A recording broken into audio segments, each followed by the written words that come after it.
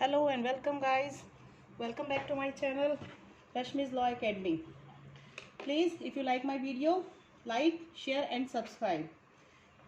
Okay, now today in this video I am telling you that कि professional ethics का एक viva होता है, ठीक है, BLLB कोर्स में, जिसके अंदर 50 मार्क्स का थ्योरेटिकल 50 मार्क्स का वाइवा आता है, ठीक है।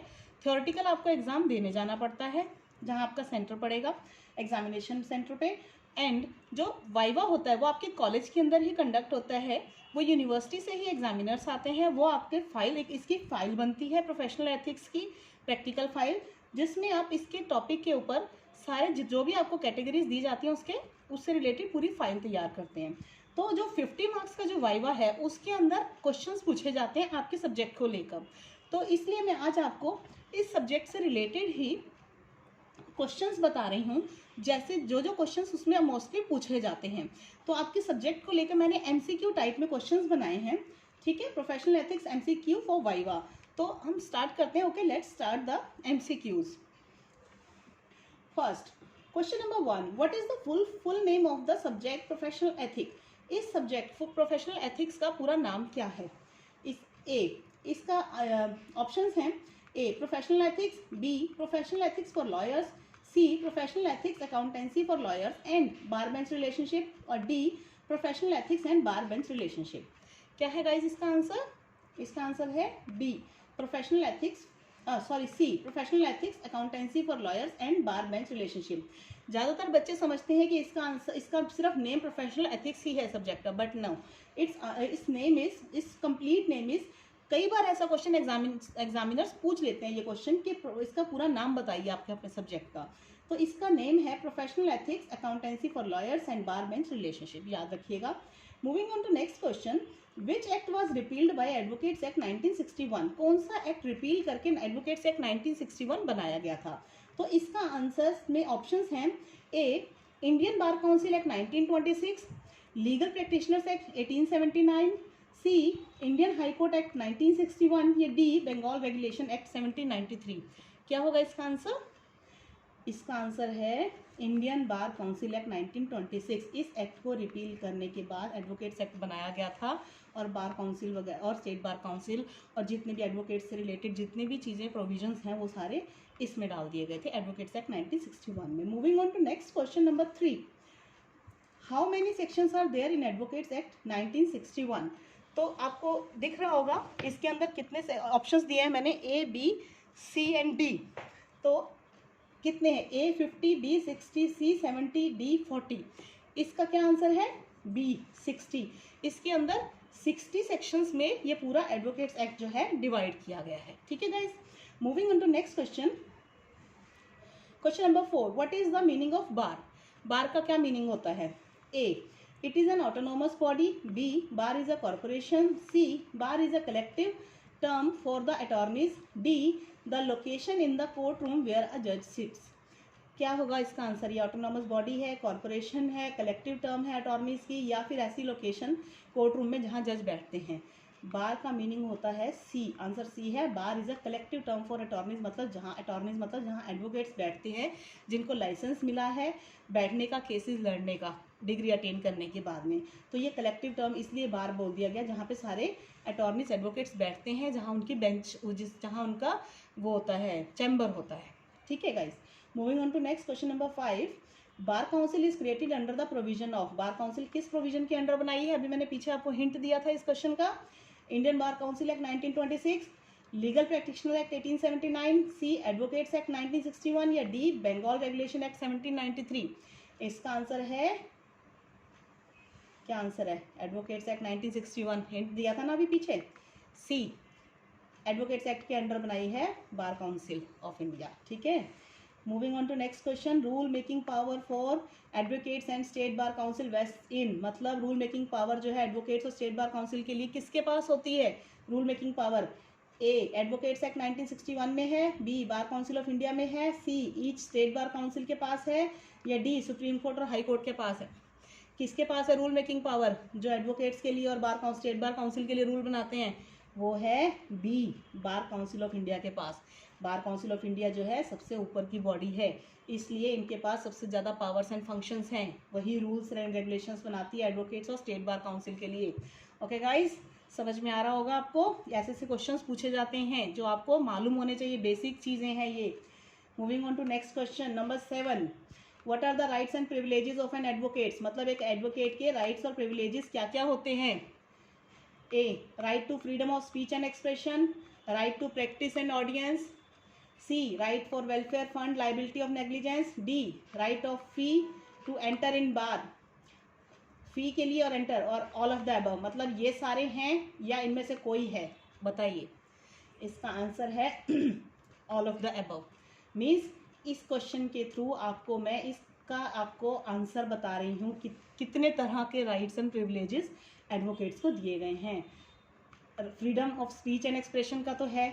Second, right to practice and audience है, आप कोर्ट में प्रैक्टिस करोगे और देख भी सकते हो, कोई भी केस सुन सकते हो। Right of for welfare fund मतलब आपको वेलफेयर फंड बनाने का राइट है। और लाइबिलिटी ऑफ नेग्लिजेंस, मतलब अगर आप कोई नेग्लिजेंस करते हो तो आपके ऊपर लाइबिलिटी बनती है, ठीक है, अगर कोई नेग्लिजेंस करता है तो उसकी लाइबिलिटी है। और डी, राइट ऑफ फी, मतलब फ़ी लेने का राइट है आपको केस के लिए। एंड टू एंटर इन बार, मतलब मैंने दो आंसर डाल दिए, आपको इससे सारे राइट्स एंड प्रिविलेजेस पता लग गए एडवोकेट से क्या क्या होते हैं। टू एंटर इन बार, बार के अंदर एंटर करना, जहाँ आप बैठते हो, आपको लाइसेंस मिला है प्रैक्टिस का। Okay, all of the above इसका आंसर है E. Question number 8, what are the functions of an advocate, functions क्या है एडवोकेट के। A, counselling, B, advocacy, C, improving his profession, the court and law, D, unselfishness holding of office, या E, all of the above. इसका answer क्या है guys, इसका answer है E, all of the above. मतलब functions सारे के सारे मैंने इस एमसीक्यू के थ्रू आपको बता दी क्या क्या फंक्शंस हैं एडवोकेट के होते हैं, ठीक है। मतलब काउंसलिंग करते हैं वो क्लाइंट की, एडवोकेसी तो करते ही हैं, वो कोर्ट के अंदर केस लड़ते हैं, वो एडवोकेसी हो गया। इम्प्रूव करना प्रोफेशन को और कोर्ट को और लॉ को, इन तीन चीज़ों को इम्प्रूव करना, अपने प्रोफेशन को, कोर्ट को और लॉ को, उनके फेवर में वेलफेयर के लिए काम करना। D, unselfishness holding of public office, मतलब उन्हें जो ऑफिस दिया गया है, चैम्बर मिला है उन्हें, उन्होंने लिया है काम करने के लिए ऑफिस, तो वो अनसेल्फिशनेस से होल्ड करेंगे, वो अपने किसी बिजनेस से होल्ड नहीं करेंगे, वो एडवोकेसी करने के लिए उन्हें मिला है, इसलिए वो वहीं पे केस लड़ेंगे सिर्फ, ठीक है। इसका आंसर है ऑल ऑफ द अबव। इसके आंसर के थ्रू आपको सारे फंक्शंस एडवोकेट के पता लग गए, इस आंसर के थ्रू आपको राइट्स एंड प्रिविलेजेस एडवोकेट के पता लग गए क्या क्या मिले। इनके लिए आपको कहीं और कुछ और पढ़ने की जरूरत नहीं है। मैंने इसी टाइप के क्वेश्चंस बनाए हैं जिससे आपको एक क्वेश्चन के अंदर सिर्फ एक आंसर नहीं, बहुत सारे आंसर पता लग जाए, ठीक है। Next, moving on to next question number 9, who takes the action against the misconduct of advocates, मतलब अगर एडवोकेट्स मिसकंडक्ट करते हैं तो उसके लिए एक्शन कौन लेता है। Number 1, supreme court, A, B, high court, C, bar council of India, D, disciplinary committee of bar council of India. What is the answer of this question is D, disciplinary committee of bar council of India. Bar council of India के अंदर बहुत सारी committees बनाई जाती हैं, उनमें से एक कमेटी है डिसिप्लिनरी कमेटी, और इसका काम है डिसिप्लिन मेंटेन करना। डिसिप्लिन के अंदर मिसकंडक्ट भी आता है, मतलब अगर कोई एडवोकेट या कोई भी पर्सन मिसकंडक्ट करता है कोर्ट के अंदर, तो ये डिसिप्लिनरी कमेटी जो है बार काउंसिल ऑफ इंडिया की, ये उसके अगेंस्ट एक्शन लेती है, ठीक है। क्या क्या एक्शंस होते हैं, क्या क्या पनिशमेंट्स होती हैं, किस टाइप के मिसकंडक्ट होती हैं, ये आपको आगे पता चलेगा। Moving on to next question number 10, what are the functions of bar council of India. Bar council of India के क्या फंक्शंस हैं। To lay down standard of professional conduct and etiquettes for lawyers, to lay down procedures for its committees, to make rules to safeguard rights, privileges and interests of advocates, to promote and support law reform, to promote legal education, to recognize universities, to conduct seminars and organize legal talks on legal topics, and to organize legal aid to poor, to manage and invest funds of the bar council, all of the above। बताइए इसका answer कौन सा लग रहा है आपको इनमें से। इसका आंसर है F, all of the above. मतलब ये सारे के सारे फंक्शंस परफॉर्म किए जाते हैं बार काउंसिल ऑफ इंडिया के थ्रू।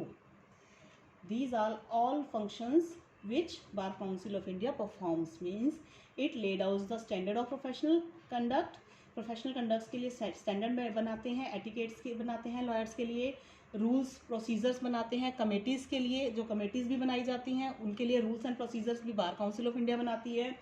जो रूल्स सेफ गार्ड करने के लिए rights and privileges of interest of advocates की हैं वो भी यही बनाती हैं। प्रमोट एंड सपोर्ट करती हैं लॉ रिफॉर्म को, and to perform legal education को परफॉर्म करते हैं, प्रमोट करते हैं, टू रिकॉग्नाइज यूनिवर्सिटीज़ को रिकॉग्नाइज करने का काम है, ई टू कंडक्ट सेमिनार्स को कंडक्ट करना, ऑर्गेनाइज करना, लीगल टॉक्स लीगल टॉपिक्स के ऊपर कॉलेजेस के अंदर यूनिवर्सिटीज़ के अंदर जा जाके ये सेमिनार्स ऑर्गेनाइज करते हैं लीगल टॉपिक्स पे बच्चों की पावर नॉलेज बढ़ाने के लिए, to and to categorise organise legal aid to poor, legal aid जो है पुअर पीपल के लिए, पुअर नीडी पर्सनस के लिए लीगल एड की हेल्प की जाती है मतलब, and to manage and invest the funds of the bar council, मतलब जो फंड्स कलेक्ट करने की भी इनका काम होता है कि मैनेज भी करते हैं उस फंड को, कनेक्ट इन्वेस्ट भी करते हैं, जो इनके पास पैसा मनी गिफ्ट्स वगैरह इकट्ठा होता है बार काउंसिल ऑफ इंडिया के पास, उस फंड्स को ये इकट्ठा करते हैं और उस फंड को अच्छे वेलफेयर ऑफ एडवोकेट्स के लिए या कोर्ट्स के लिए, लॉ के वेलफेयर के लिए यूज़ किया जाता है गाइस। ये सारे के सारे functions bar council of India के हैं, और यही फंक्शंस मैं आपको पहले बार काउंसिल ऑफ इंडिया के ऊपर मैंने एक लास्ट वीडियो जो अपना बनाया था रश्मिज लॉ अकेडमी के अंदर, तो वो आप चेक कीजिएगा। उसके अंदर मैंने इसके functions, bar council of India की powers, state bar council, advocates act and इनका ऑर्गेनाइजेशन और कंपोजिशन कैसे होता है, ये सारा का सारा मैंने अपने पिछले लास्ट वीडियोस में डाला। 2-3 वीडियोस बनाए हैं, कमेटीज़ भी बनाई हैं। मतलब आपको अगर बार काउंसिल ऑफ इंडिया से रिलेटेड कुछ भी देखना है तो आप मेरे यूट्यूब चैनल पे जाइए रश्मिज लॉ अकेडमी, उसके अंदर बार काउंसिल ऑफ इंडिया पे कमेटीज़ के ऊपर इनकी पावर्स क्या है, फंक्शंस क्या है, कॉन्स्टिट्यूशन कैसे होता है, ऑर्गेनाइजेशन कैसे होता है, स्टेट बार काउंसिल की क्या फंक्शंस हैं, और एडवोकेट्स एक्ट के बारे में, ये सारे मैं लास्ट वीडियोस में अपलोड कर चुकी हूँ। आप please you can go through that videos. Okay, moving on to next question number 11, what are the categories of bar council की कैटेगरीज क्या क्या हैं? A district bar council district level पे, B state bar council state level पे, C bar council of India all India level पे, या D national bar council, या E none of the above, या एफ ए बी सी। क्या answer है इसका guys? इसका आंसर है F A B C. District level पे हिंट दे रखा है आपको, सारे आंसर्स इसके थ्रू ही पता चल रहे हैं। डिस्ट्रिक्ट लेवल पे डिस्ट्रिक्ट बार काउंसिल बना हुआ है, स्टेट लेवल पे स्टेट बार काउंसिल बना हुआ है, ऑल इंडिया लेवल पे बार काउंसिल ऑफ इंडिया बना हुआ है, एपेक्स बॉडी। ठीक है जी, ये सारे इनके आंसर्स हैं, सारी की सारी कैटेगरीज हैं 3A B and C। इसका आंसर है F. Moving on to next question number 12, what are the different types of bench? Bench कितने टाइप की होती हैं? Divisional bench, national bench, full bench, constitutional bench, या A B C, या only B national bench, या G A C and D divisional, national, constitutional. इसका answer है G. Divisional bench होती है, नेशनल बेंच होती है and constitutional, A C and D। इसका आंसर है A C and D, divisional bench, full bench and constitutional bench. ठीक है गाइस, याद रखिएगा नेशनल बेंच नहीं होती। इसका आंसर है G. Moving on to next question number 13, what is the meaning of BCI? BCI का मीनिंग क्या है? बार काउंसिल ऑफ इंडिया तो इसकी फुल फॉर्म है। Meaning, A national regulatory body है, बी सुप्रीम रेगुलेटरी बॉडी है, C state regulatory body है, या D none of the above. मैंने आपको पिछले क्वेश्चंस में हिंट दिया था कि BCI क्या है। BCI is the supreme regulatory body, like the supreme court of India is the apex body, it is the supreme body, same as the BCI is the supreme regulatory body. ये regulate करती है advocates को और each state bar councils को regulate करने का, क्योंकि इसका सारा काम रूल्स बनाना होता है, उनके लिए प्रोसीजर्स बनाना, कमिटीज़ बनाना, तो that's why it is called the supreme regulatory body. BCI is the supreme regulatory body. Answer is B. Moving on to next question number 14, what is the eligibility for being an advocate? Advocate बनने के लिए eligibility क्या है? A citizenship of India, B 21 years of age, C foreign law degree holder on permission of BCI, D law degree of India, या all of the above। इसका answer क्या है guys? इसका आंसर है E all of the above। मतलब आपको इस answer के थ्रू सारा पता लग गया कि एलिजिबिलिटी के लिए क्या क्राइटेरिया है। ये सारी चीज़ें होनी ज़रूरी हैं। सिटीजनशिप ऑफ होनी चाहिए, सिटीजन होना चाहिए इंडिया का, 21 ईयर्स की एज होनी चाहिए। फॉरेन लॉ डिग्री का पॉइंट इसलिए डाला है कि कई बार कुछ स्टूडेंट्स फॉरेन की डिग्री, फॉरेन से लॉ की डिग्री अटेन करके आते हैं, ठीक है, लेके आते हैं, मतलब लॉ करके आते हैं वहाँ से फॉरेन से, तो कुछ कंट्रीज़ के लिए परमिशन BCI दे देता है। तो इसलिए BCI की परमिशन पे ही आप यहाँ पे एडवोकेट की प्रैक्टिस कर सकता है वो पर्सन, अगर किसी ने फॉरेन से लॉ डिग्री ली है। और लॉ डिग्री ऑफ इंडिया तो ज़रूरी है ही, इंडिया से अगर है ले रखी है तो ऑल ऑफ द अबव। इसलिए इनके सारे आंसर्स कंपलसरी हैं, ये सारे होंगे तभी आप एडवोकेट की बन सकते हो, तभी आप प्रैक्टिस कर सकते हो। Moving on to next question number 15, how an advocate become senior advocate, एक एडवोकेट सीनियर एडवोकेट कैसे बनता है? Options are A whose age is 50 or more, B on the basis of experience, C on the basis of merit, D on the basis of seniority and merit. इसका answer है D, on the basis of seniority और merit. ये नहीं मतलब कि अगर 50 या as ज़्यादा हो गई है तो आप उसको सीनियर एडवोकेट बन जाएगा, नो। अगर एक्सपीरियंस के बेसिस पे भी नहीं, सी बेसिस मेरिट के बेसिस पे भी नहीं, उसका आंसर है इसका D, on the basis of seniority and merit. इन दोनों के बेसिस पे ही सीनियर एडवोकेट बनते हैं। Next question 16, who is an advocate on record? Advocate on record किसे बोला जाता है? A advocate of high court के एडवोकेट को, सुप्रीम कोर्ट के एडवोकेट को, या सीनियर एडवोकेट को, या advocate of supreme court after passing the exam. इसका आंसर क्या है? द ऑप्शन इज डी, मतलब जब एडवोकेट सुप्रीम कोर्ट का हो, उसके एग्जाम पास करने के बाद सुप्रीम कोर्ट का जो एडवोकेट होता है उसको एडवोकेट ऑन रिकॉर्ड कहा जाता है। Next question, who is an attorney? Attorney किसे कहते हैं? एन एडवोकेट को, अटॉर्नी जनरल ऑफ इंडिया को, C person authorise on behalf of other person, या डी अ जज। किसको बोलते हैं attorney? Answer is C, a person authorise on behalf of other person. जब एक पर्सन को दूसरे पर्सन के बिहाफ पे कोई काम करने के लिए ऑथराइज कर दिया जाता है, that person is called attorney. 18, moving on next question, what do you mean by civil contempt of court? ये क्वेश्चन मोस्टली पूछा जाता है, सिविल कंटेम्प्ट किसे कहते हैं? Civil contempt, A option wilful disobedience of courts order, मतलब जानबूझ के मान नहीं रहे कोर्ट का ऑर्डर। बी नेग्लिजेंट डिसोबीडियंस, मतलब अनजाने में आपने नहीं माना कोर्ट का ऑर्डर। सी दोनों ए और बी, या डी ए सिर्फ ओनली ए, या ई ओनली बी। क्या होगा इसका answer?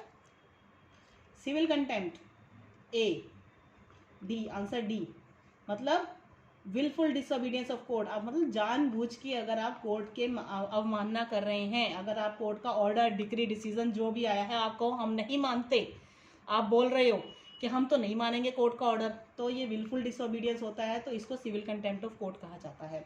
Next, what is criminal contempt of court?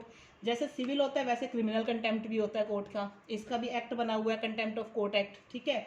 तो ये दोनों उसके अंदर आते हैं, सिविल और क्रिमिनल कंटेम्प्ट। क्रिमिनल कंटेम्प्ट किसे बोला जाएगा आप बताइएगा? ऑप्शन है ए स्कैंडलाइज और tending to scandalise the authority of any court, मतलब आप अगर स्कैंडल कुछ ऐसा कर रहे हो या स्कैंडल करने के लिए तैयारी कर रहे हो जिससे कि अथॉरिटी ऑफ एनी कोर्ट, लो करने के लिए अथॉरिटी के लिए कोर्ट की।